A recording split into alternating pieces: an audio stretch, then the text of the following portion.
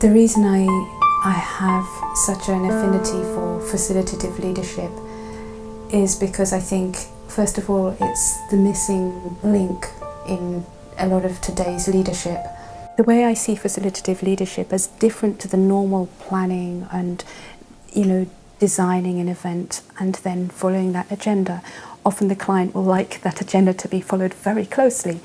The way I see facilitative leadership as different to that is that the agenda is simply the starting point, and it's the comfort factor that we have a sense of where we think it might go, and at least there's a plan for the point from which we are at now. But literally, as soon as things start, you have the realness of humans in the room and the combination of humans beautifully creating something that you can never plan for.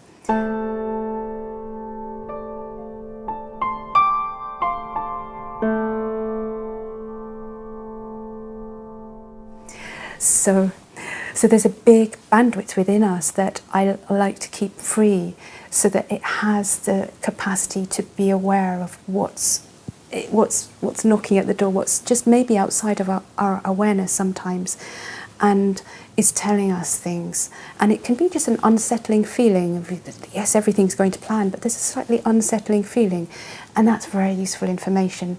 And sometimes I don't know what that feeling is, but simply staying present to it, it's never failed me to do that, because it sometimes makes sense later. Or I'll suggest something and I sometimes don't know why I'm suggesting it, but I trust that feeling now, and then it doesn't fail me when I trust that feeling.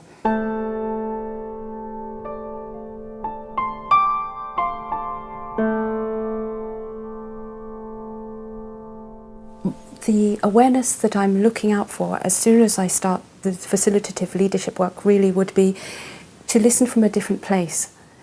And there's a challenge of communicating that to a client who might not be aware of such things.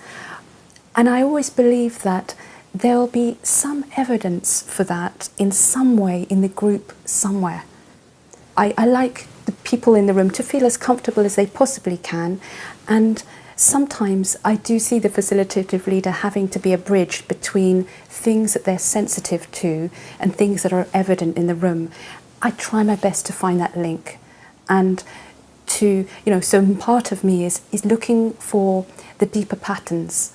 What is the metaphor here? What's the bigger story that has brought us here, and how is it playing out in the room?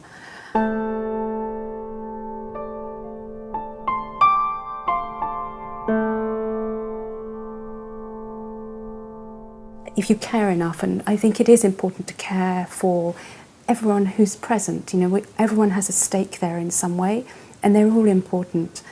And some people have a lot more difficulty than others about unclear processes, about where there's confusion or chaos. Others are much more comfortable. And for those who have more difficulty with that, this can be quite a healing role to, in fact, experience something where the chaos has a place. It makes sense, and they can be shown that, in fact, it's allowing a creativity to be nurtured, and that will benefit the process. And there is a structure overall. It just may not be the structure that people are used to working with.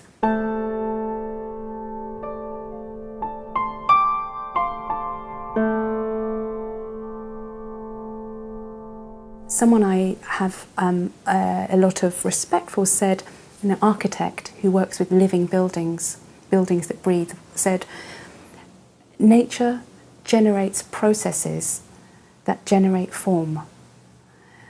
And that for me is actually maps into what the facilitator does. We generate together with others processes that generate forms of very real things that we can emerge together in the world. Could be ideas, structures, new ventures. And these come out of very invisible processes. So we are sculpting those processes in real time.